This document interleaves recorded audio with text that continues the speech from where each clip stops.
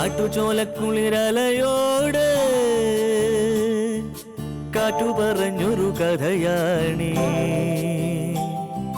കുരുന്നുപൂവിൻ കവിളുരുമി കരിവൻ തോതിയ കഥയാണീ. കാട്ടുചോലക്കുളിരലയോട് കാറ്റു പറഞ്ഞൊരു കഥയാണീ. കുരുന്നുപൂവിൻ കവിളുരുമി കരിവൻ തോതിയ കഥയാണീ. കഥ കഥ കഥ കാക്കത്തൊള്ളായിരം, കഥ കഥ കഥ കാക്കത്തൊള്ളായിരം.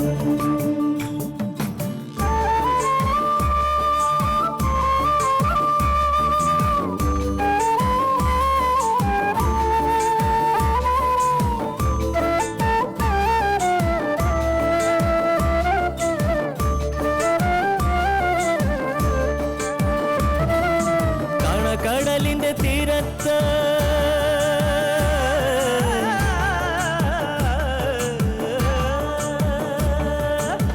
കടലിന്റെ തീരത്തണയണ തിരകൾ പറയണ കഥയാണ്. കായലോളത്തിലെ കളിയോടം കണ്ട കന്നിനിലാവിന്റെ കഥയാണ്. പടവരമ്പത്തെ പുൽനാമ്പിനോട് പുലരി പറഞ്ഞൊരു കഥയാണ്. മാനം മുട്ടണ കൊടുമുടിയോട് മൂവന്തി പറയണ കഥയാണ്. മൂവന്തി പറയണ കഥയാണ്. കഥ കഥ കഥ കാക്കത്തൊള്ളായിരം.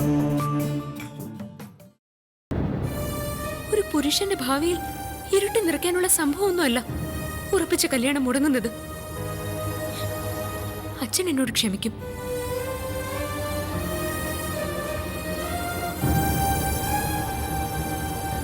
പിന്നെ പിന്നെ അമ്മയും ഗീതേച്ചിയും എല്ലാമായി പൊരുത്തപ്പെടും. ഇന്ന് ഗിരിയുടെ വീട്ടിൽ നിന്ന് അനുഭവിച്ച അപമാനം എനിക്കുള്ള ശിക്ഷയുടെ ഭാഗമാണ്.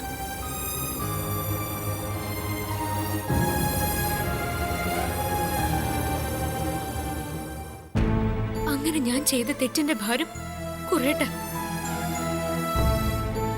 താൻ പറഞ്ഞതുപോലെ ഗിരി വരികയാണെങ്കിൽ എന്നൊരു സംശയം വേണ്ട സോളമൻ. വരും. അപ്പൊ പ്രശ്നങ്ങൾ ഏറെയൊക്കെ സോൾവ് ആവും. അവൻ വന്നാൽ നിങ്ങൾക്ക് കുറെ ദിവസം ഇവിടെ താമസിക്കാം. പിടിച്ചു നിൽക്കാൻ എങ്ങനെയെങ്കിലും എന്തെങ്കിലും ജോലി സംഘടിപ്പിക്കാം. അവന്റെ സാന്നിധ്യം ഉണ്ടെങ്കിൽ വീട്ടുകാരുടെ എതിർപ്പ് ക്രമേണ കുറഞ്ഞു വരും. ഒരു ഘട്ടം എത്തുമ്പോൾ നിങ്ങളെ അംഗീകരിക്കും. എല്ലാ ഒളിച്ചോട്ടങ്ങളുടെയും ക്ലൈമാക്സ് അതാ. പിന്നെ ഒരു കാര്യം കൂടിയുണ്ട്. മക്കളോട് എത്ര ശക്തമായ വിരോധവും പിണക്കവും ഒക്കെ ഉണ്ടെങ്കിലും അച്ഛനമ്മമാർ അതൊക്കെ മറക്കുന്ന ഒരു സ്ഥലമുണ്ട്. കൊച്ചുമക്കൾ. ഒരു പേരക്കുട്ടി ഉണ്ടായി എന്നറിയുമ്പോൾ അവരോടിയെത്തും. നിങ്ങളുടെ കാര്യത്തിൽ അതിനുവേണ്ടി അധികം കാത്തിരിപ്പ് വേണ്ടല്ലോ. ഓർത്തിട്ടൊരു സമാധാനം തോന്നും. ഇനി ഗിരി ഒന്ന് വിളിച്ചാ മതി.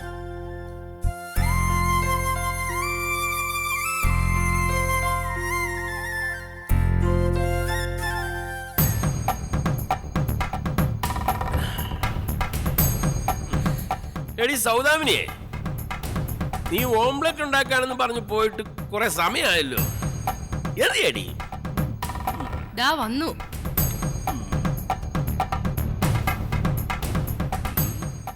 ഇത്രയും താമസം എന്താടി? നീ മുട്ട ഇട്ടിട്ട് അത് പൊരിച്ചുകൊണ്ട് വരുവാണോ? മുട്ട ഞാൻ വല്ലതും പറഞ്ഞ കൂടി പോകും. കൊള്ളാം. നിന്റെ വാചകം ശരിയല്ലേലും പാചകം ബെസ്റ്റാ. മതി മതി, ഇതുവരെ യൂണിഫോം അഴിച്ചു വെക്കാറായില്ലേ? പലരും പണിഞ്ഞു നോക്കിയതാ ഈ യൂണിഫോം അഴിച്ചു വെക്കാൻ. നീയും തുടങ്ങിയത്. റിപ്പയർ ചെയ്യാതെ ബാഹുലൻ ഈ യൂണിഫോം അഴിച്ചു വെക്കില്ല. അച്ഛനിന്ന് നല്ല ഫോമിലാണല്ലോ. അത്ര രസമുള്ള കാര്യമല്ലയോ കുടുംബത്തിൽ നടക്കുന്നേ. ആരും ഫോമിലായി പോകും. ആളുകൾ ഇനി കാണുമ്പോ പുച്ഛം പുച്ഛം പറഞ്ഞ് ചിരിക്കുന്ന ഓർക്കുമ്പോ എനിക്ക് ഇത് കേട്ടാ തോന്നും രമേശിന് ഏതാണ്ട് ചെയ്തെന്ന്. ഗീതയുടെ അനീതി തരവഴിത്തരം കാണിച്ചതിന് ഇവൻ എന്ത് ചെയ്തു? ഗീതയുടെ കാര്യം പറഞ്ഞപ്പോഴാ ഓർത്തത്. പ്രിയ പത്നി പിന്നീട് നിന്നെ വിളിച്ചോ? ഇല്ല. ഇങ്ങോട്ട് വരുന്ന കാര്യം വല്ലതും മൊഴിഞ്ഞോ? ഒന്നും പറഞ്ഞില്ല. പറഞ്ഞാലേ അച്ഛനോടൊന്ന് ആലോചിക്കണോന്ന് നീ പറയണം. എന്താലോചിക്കാൻ? എടി, സംബന്ധം വീട് വഴി അവമാനം ഉണ്ടായിരുന്നു. എവൻ വെറുതെ അങ്ങ് സഹിക്കണോ? നമ്മൾ മൂന്നുപേരും പരിപൂർണ സഹകരണമാ ആ ആകാശഗംഗയുടെ കല്യാണത്തിന് കാഴ്ചവെച്ചത്.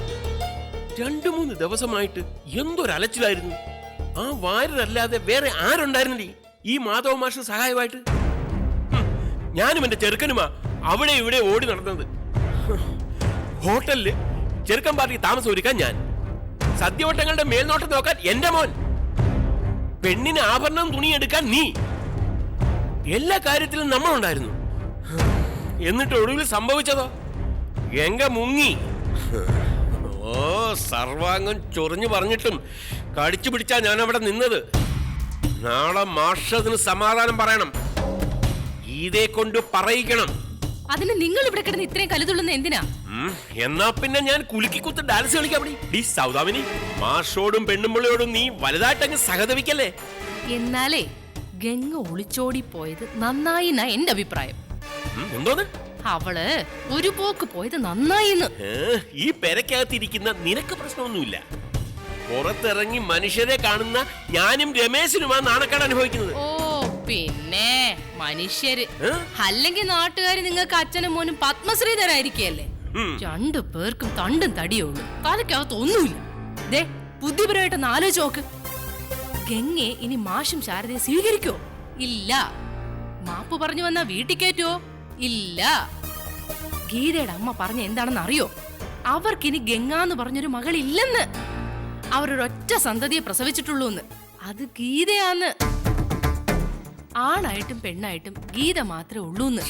അതുകൊണ്ട് നമുക്കെന്താടി നേട്ടം? ഓ, എന്റെ മണ്ടം പോലീസുകാരാ, നമ്മക്കാണ് നേട്ടം. തന്തയുടെയും തള്ളയുടെയും വസ്തുവകകൾക്ക് അവകാശികൾ ആരാ? മക്കൾ. ഗീത മാത്രമേ മകളായിട്ടുള്ളൂവെങ്കിൽ മുല്ലമുറ്റത്തെ സ്വത്തിന്റെ മുഴുവൻ അവകാശി ഇനി ആരാ? ഗീത. ഗീത രമേഷ് കുമാർ. ഓ, ഇപ്പൊ രണ്ടാളിന്റെയും തലയിൽ വെട്ടം വീണോ? നീ ഒരു സംഭവം തന്നാണല്ലോ എന്റെ സൗദാമിനി. ദോഷം പറയരുതല്ലോ.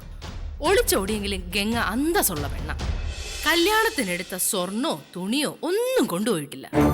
മാഷും ഭാര്യയും അതൊന്നും അണിഞ്ഞോണ്ട് നടക്കാനും പോണില്ല. ചുരുക്കത്തിൽ അതും ഗീതയ്ക്ക്. ഗീതയ്ക്കെന്ന് വെച്ചാ ഗീത രമേശ് കുമാറിന്. അമ്മയുടെ ഒരു ആഗ്രഹം മാത്രമേ ഇപ്പൊ പറഞ്ഞത്. ഗീതയുടെ അച്ഛനും അമ്മയും അങ്ങനെയൊന്നും പറഞ്ഞില്ലല്ലോ. ഓ, അവര് പറയണം, പറയിപ്പിക്കണം. അത്തരത്തിൽ അവരുടെ മനസ്സ് മാറ്റിയെടുക്കണം. അതിനെന്താ ചെയ്യേണ്ടത്?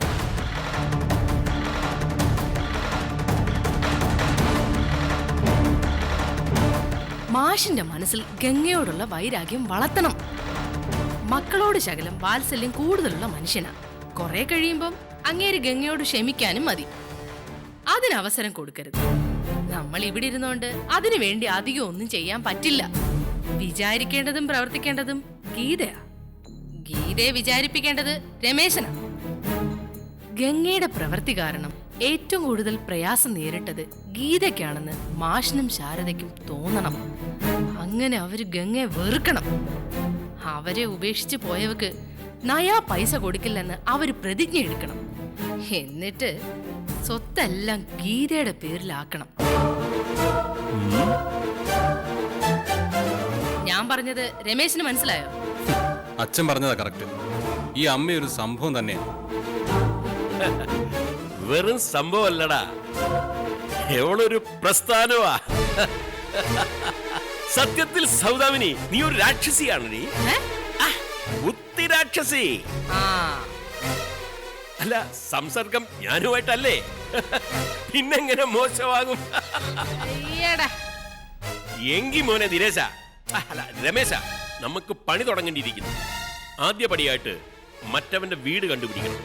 ആ സവാരിഗിരിയുടെ അവളെയും കൊണ്ടവൻ മിക്കവാറും അവിടേക്ക് തന്നെ ആയിരിക്കും പോയിരിക്കുന്നത്. അതിന് അയാളെ കാണുന്നത് എന്തിനാണ് അച്ഛാ? അവനെ അല്ല, അവളെ, ആ ഗംഗയെ. ഒരു മുന്നറിയിപ്പ് കൊടുക്കണം. അവൾ മേലിൽ സ്വന്തം നാട്ടിലേക്ക് വരാൻ പാടില്ലെന്ന് ധരിപ്പിക്കണം. അങ്ങനെ നമ്മൾ ചെന്ന് പറഞ്ഞാ അവൾ അനുസരിക്കണമെന്നുണ്ടോ? പറയുന്ന സ്റ്റൈല് വേറെ ആയിരിക്കും. ഗംഗ ഇനി വിയപുരം ദേശത്ത് കാലുകുത്തിയാൽ മാധവൻ മാഷും ഭാര്യയും ആത്മഹത്യ ചെയ്തിരിക്കുമെന്ന് ശപഥം ചെയ്തിരിക്കുകയാണ്. അങ്ങനെയാണ് അവളെ വിശ്വസിപ്പിക്കാൻ പോകുന്നത്. അതുകൊണ്ട് നാട്ടിലേക്ക് വരുന്നത് പോയിട്ട് ഒരു ഫോൺ ചെയ്യാൻ പോലും ആലോചിക്കരുത്. മകളുടെ ഒളിച്ചോട്ടം കൊണ്ട് തകർന്നു പോയ ആ പാവ അച്ഛനും അമ്മയും കൊലയ്ക്ക് കൊടുക്കരുത്.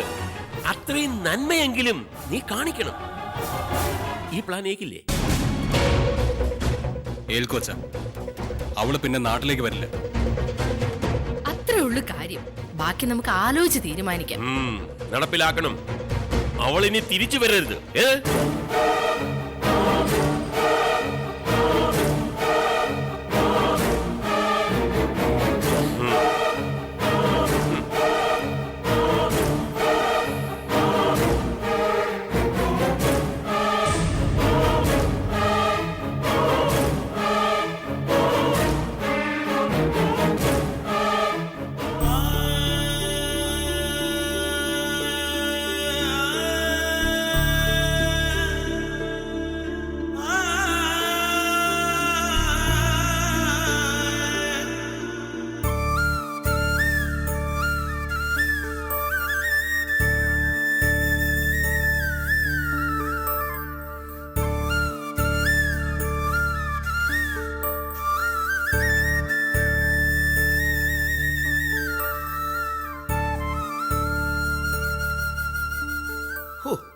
വല്ലാത്തൊരു ഉഷ്ണം തന്നെ. സന്ധ്യയ്ക്കൊരു മഴക്കോള് കണ്ടപ്പോൾ വിചാരിച്ചതാ പെയ്യോന്ന്. എവിടെ, കാറ്റടിച്ച് കോളങ്ങ് പോയി. ചൂട് ബാക്കി. നന്ദഗോപൻ നാട്ടിലെത്തിയോ?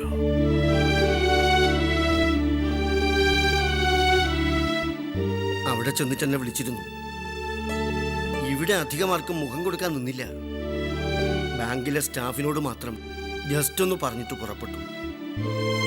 അധികം നിൽക്കുന്ന പന്തിയല്ലെന്ന് ഞാനും പറഞ്ഞു. കൂടെ വന്ന ബന്ധുക്കൾ പല സ്വഭാവക്കാരല്ലേ. ചെറിയൊരു പ്രകോപനം ഉണ്ടായാൽ മതി, ചിലപ്പോ കൈവിട്ടു പോകും. ആരൊക്കെയാ എങ്ങനെയൊക്കെയാ പ്രതികരിക്കുന്നതെന്ന് പറയാൻ പറ്റില്ല. രമേശിന്റെയോ SI ബാഹുലേന്റെയോ ഭാഗത്തു നിന്ന് ചെറിയൊരു അധികപ്പറ്റ് വർത്തമാനം ഉണ്ടായാൽ മതി. അങ്ങനെ ഒരു സംഘർഷം ഉണ്ടായാൽ നന്ദന്റെ ആൾക്കാർ വന്ന് ഇവിടെ എല്ലാവരെയും തല്ലിച്ചതച്ച് ഈ വീടിന് തീയിട്ടാലും അനുഭവിച്ചല്ലേ പറ്റൂ. അങ്ങനെയൊന്നും സംഭവിക്കുമെന്നല്ല ഞാൻ പറഞ്ഞത്. സംഗതി വഷളാകുന്നതിന് മുമ്പ് അവർ സ്ഥലം വിട്ടു. പിന്നെ ആ കേറ്ററിംഗുകാർ 10,000 രൂപ കുറച്ചേ വാങ്ങിയുള്ളൂ. മണ്ഡപത്തിൻ്റെയും മറ്റ് ഡെക്കറേഷൻ പാർട്ടികളും മുഴുവൻ തുകയും വാങ്ങിയില്ല. നാദസ്വര മേളക്കാര് പണമേ വേണ്ടെന്ന് പറഞ്ഞു. എങ്കിലും പകുതിക്കാശ് കൊടുത്താ വിട്ടത്. എല്ലാവർക്കും പറഞ്ഞ പണം തികച്ചു കൊടുക്കായിരുന്നു. നമ്മുടെ ഭാഗത്തെ തെറ്റിന് മറ്റുള്ളവരെന്തിനാ വിഷമിപ്പിക്കുന്നേ? ഇതൊന്നും നമ്മളായിട്ട് അങ്ങോട്ട് പറഞ്ഞതല്ല മാഷേ, അവരുടെ നിർബന്ധമാണ്. ആളുകൾ മനുഷ്യപ്പറ്റി കാണിക്കുമ്പോൾ നമ്മൾ എന്തിനാ തർക്കിക്കാൻ പോകുന്നേ? ഇനിയിപ്പോ 10,000 50,000 അല്ലെങ്കിൽ 1,00,000 ലാഭപ്പെടുത്തിയിട്ട് എന്താ കാര്യം? ഒരു കാര്യമില്ല. എന്നാലും അതല്ലല്ലോ മാഷേ. കണക്കെല്ലാം ഞാൻ കൃത്യമായി എഴുതി വെച്ചിട്ടുണ്ട്. ആറ്റിൽ കളഞ്ഞാലും അളന്നു കളയണമെന്നാണല്ലോ പ്രമാണം. നന്ദഗോപനോട് നേരാമണ്ണം ഒന്ന് ക്ഷമാപണം നടത്താൻ പോലും കഴിഞ്ഞില്ല. അയാളുടെ കാല് പിടിച്ച് മാപ്പ് പറയേണ്ടതാ. മാഷിന്റെ അവസ്ഥയൊക്കെ നന്ദന് നന്നായിട്ട് മനസ്സിലാവും. നിസ്സഹായതയുടെ നടുവിലാണ് മാഷിപ്പം നിൽക്കുന്നതെന്ന് അയാൾക്കറിയാം. ബാങ്കിൽ നിന്ന് ലോങ് ലീവ് എടുക്കാനാ പ്ലാൻ. എന്നിട്ട് സ്ഥലം മാറ്റത്തിന് ശ്രമിക്കും. അകലെ ഏതെങ്കിലും ബ്രാഞ്ചിലേക്ക് മാറ്റം കിട്ടി പോയില്ലെങ്കിൽ ശരിയാവില്ല. ഇനി ഇവിടെ വന്ന് ജോലി ചെയ്യാന്ന് വെച്ചാൽ നമുക്ക് ഊഹിക്കാവുന്നതേ ഉള്ളൂ. അയാൾ ബാങ്കിലുള്ളത് എനിക്ക് വലിയൊരു സഹായമായിരുന്നു. ഞാൻ നിമിത്തം ആർക്കൊക്കെയാ ബുദ്ധിമുട്ട് വന്നത്. വാരയ്ക്ക് വരെ നാണക്കേടായില്ലേ? നന്ദഗോപനായിട്ട് നല്ല ബന്ധമായിരുന്നില്ലേ? അയാളുടെ വീട്ടുകാരായിട്ടും നല്ല അടുപ്പായിരുന്നു. അതൊന്നും സാരമില്ല. നന്ദൻ എന്നോട് പരിഭവമൊന്നുമില്ല. ഒന്നും ആരും കൽപ്പിച്ചുകൂട്ടി ഉണ്ടാക്കിയ സംഭവമല്ലെന്ന് അയാൾക്കറിയാം. വലിയ മനസ്സാ മാഷേ ആ ചെറുപ്പക്കാരൻ്റെത്. നഷ്ടം നമുക്കല്ലേ? എന്തായാലും വലിയ വിപ്ലവമൊന്നും കൂടാതെ എല്ലാം കെട്ടടങ്ങിയില്ലേ, അത് തന്നെ ആശ്വാസം. എന്ത് വന്നാലും നേരിട്ടില്ലേ പറ്റൂ. വാരരെ ഓടി രക്ഷപ്പെട്ടവർക്ക് പോയാ മതി. നേരിടേണ്ടത് ഇവിടെ ശേഷിക്കുന്നവരല്ലേ. നമ്മൾ എവിടെ പോയി വിളിക്കാനാ? എന്താ ഞാൻ പറഞ്ഞത് ശരിയല്ലേ? ഇത്രയും നിസ്സംഗതയോടെ സംസാരിക്കാൻ മാഷിന് എങ്ങനെ കഴിയുന്നു എന്നാണ് ഞാൻ ആലോചിക്കുന്നത്. ഞാനായിരുന്നെങ്കിൽ തകർന്നു പോകായിരുന്നു കേട്ടോ.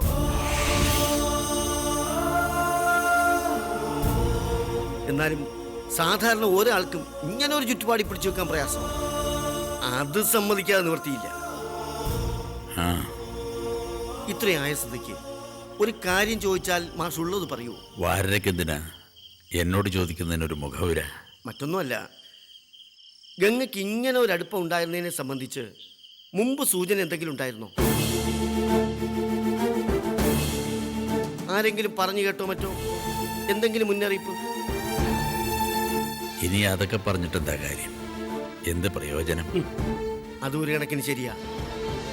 ശാപം കിട്ടുന്ന പ്രവൃത്തി കാണിച്ചിട്ടല്ലേ ആ കുട്ടി പോയത്? ശാപോ? വാരെന്താ ഉദ്ദേശിക്കുന്നേ? ഗംഗയെ ആര് ശപിക്കുന്ന? ഞാനോ? ഇല്ല വാരേ, ഞാൻ ശപിക്കില്ല, കുറ്റപ്പെടുത്തുകയില്ല. സംഭവിക്കേണ്ടത് സംഭവിച്ചു, അത്ര തന്നെ. വിധിയാണെന്ന് കരുതി സ്വീകരിക്കണം, അതാ വേണ്ടത്. നമുക്ക് ഹിതമാകുന്നത് മാത്രമേ വിധിക്കാൻ പാടുള്ളൂ എന്ന് ഭഗവാനോട് കൽപ്പിക്കാൻ പാടുണ്ടോ? എങ്കിൽ പിന്നെ മനുഷ്യരും ദൈവവും തമ്മിൽ എന്താ വ്യത്യാസം? അതുകൊള്ളാം. നാരായണ കൃഷ്ണ.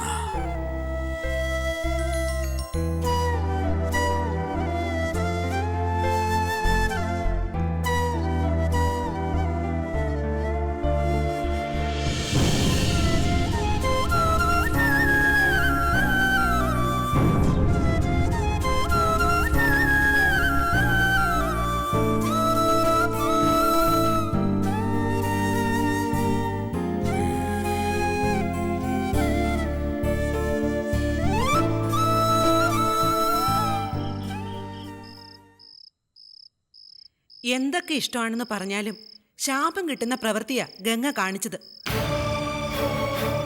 അവളുടെ അച്ഛനും അമ്മയും അങ്ങനെയൊന്നും പറയുന്നില്ലല്ലോ അമ്മ. പുറമേ പറയുന്നില്ലെന്നേ ഉള്ളൂ. ഉള്ളിയെ തീയാണെന്ന് ആർക്കാ അറിയാത്തത്? നിനക്ക് മനസ്സിലാവില്ലായിരിക്കും. അച്ഛനും അമ്മയൊക്കെ ആയെങ്കിലേ ആളുകൾക്ക് അതിന്റെ വില പിടികിട്ടുകയുള്ളൂ. അവിടെ എനിക്കിട്ടൊരു കുത്തുവാക്ക്. നീയല്ലായിരുന്നോ ഗംഗയുടെ വലം കൈ? അതിന് ഞാൻ അറിഞ്ഞോ അവൾ ഇത്രയും വലിയ കടുങ്കൈ ചെയ്യുമെന്ന്? അപ്പൊ കടുങ്കൈയാണെന്ന് സമ്മതിച്ചു.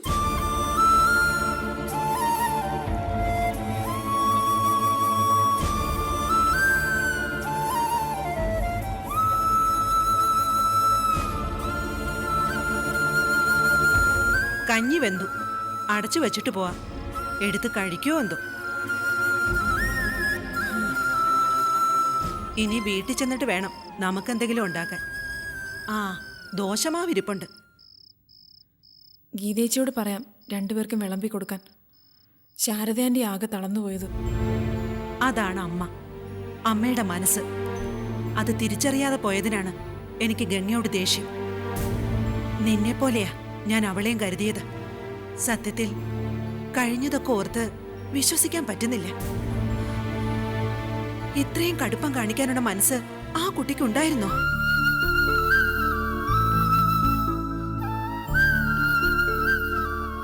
നീ എന്താ അതിനിടയ്ക്ക് ഓർത്തുകൊണ്ട് നിൽക്കുന്നേ? ഒന്നുമില്ല.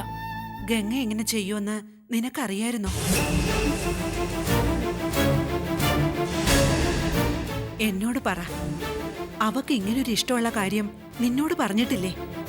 എന്നോട് ഇല്ല. നിനക്കൊട്ടും അറിയില്ലായിരുന്നോ? ഞാൻ ഒന്നിനും വേണ്ടിയല്ല, നിന്നെയെങ്കിലും എനിക്ക് വിശ്വസിക്കാമോന്ന് അറിയണമല്ലോ. ഞാനൊട്ട് ആരോടും പറയാനും പോകുന്നില്ല. എനിക്ക് ചെറിയൊരു സംശയം ഉണ്ടായിരുന്നു, അത്രേ ഉള്ളൂ. അത് ഇത്രയും വലിയ ബന്ധമാണെന്നൊന്നും ഞാൻ വിചാരിച്ചില്ല. ഇങ്ങനെയൊക്കെ സംഭവിക്കുമെന്നും ഒരിക്കലും കരുതിയിട്ടുമില്ല. ചെറിയ സംശയമല്ല, അത് നീ വെറുതെ പറയുന്നതാ. അതെ അമ്മേ. ഇത്രയും സ്നേഹിക്കാൻ മാത്രം അവളുടെ മനസ്സ് പിടിച്ചെടുത്തത് ആരാ? എന്താ അയാളുടെ പേര്? അതൊന്നും എനിക്കറിയില്ല അമ്മേ. അവളതൊന്നും പറഞ്ഞിട്ടില്ല. എനിക്ക് സംശയം ഉണ്ടായിരുന്നേ ഉള്ളൂ. ഇങ്ങനെ കുഴപ്പം പിടിച്ച കാര്യമാണെന്ന് അറിഞ്ഞിരുന്നെങ്കിൽ ഞാനത് അമ്മയോടെങ്കിലും പറയാതിരിക്കോ? അവള് സ്വർണോ പണമോ ഒന്നും എടുത്തോണ്ട് പോയിട്ടില്ല. അതിനർത്ഥം എന്താ? നല്ല ധനസ്ഥിതിയും അതിനൊത്ത ജോലിയുള്ള ആളായിരിക്കും കൂട്ടുകാരൻ. പുളിങ്കൊമ്പമേല പെണ്ണുകയറി പിടിച്ചത്. ഓ, അത്രയെങ്കിലും ആവട്ടെ, കഷ്ടപ്പാടില്ലാതെ ജീവിക്കാലോ. സ്നേഹത്തിന്റെ പേരും പറഞ്ഞ് വീട് വിട്ടിറങ്ങിപ്പോയ എത്രയോ പെൺകുട്ടികൾ കണ്ണീര് കുടിക്കുന്നു. ഗംഗയ്ക്ക് അങ്ങനെയൊന്നും വരില്ലായിരിക്കും. മാഷിനോട് ശാരദേട്ടത്തിയോടും മനസാക്ഷിക്ക് നിരക്കാത്ത പ്രവൃത്തി കാണിച്ചിട്ട് പോയതിന് ആ കുട്ടി അനുഭവിക്കാതിരിക്കില്ല. അതിന്റെ ഫലം ദൈവം കൊടുക്കും. അമ്മയായിട്ട് ശപിക്കുവാണോ? അല്ലെങ്കിൽ പിന്നെ ദൈവം ഒന്ന് പറയുന്നത് എന്താ?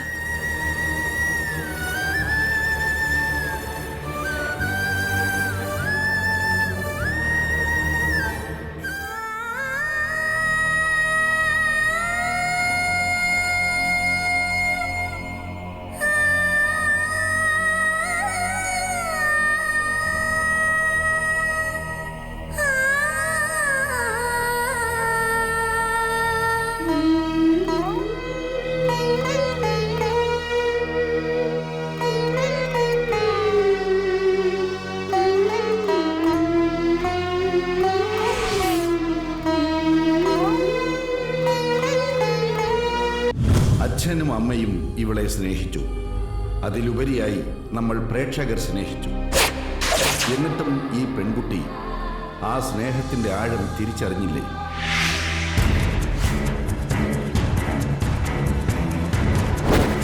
നമ്മുടെ പ്രിയപ്പെട്ട ഗംഗയ്ക്ക് സ്വന്തം ജീവിതം കൈവിട്ടു പോവുകയാണോ? കാത്തിരുന്നു കാണുക നിങ്ങളുടെ സ്വന്തം ദൂരദർശൻ. കാട്ടുചോലക്കുളിരലയോട് കാറ്റു പറഞ്ഞൊരു കഥയാണേ,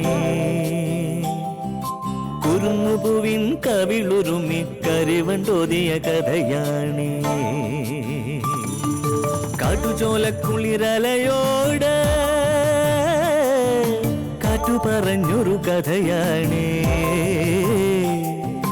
കുരുന്നുപൂവിൻ കവിളുരുമ്മി കരിവണ്ടോതിയ കഥയാണേ.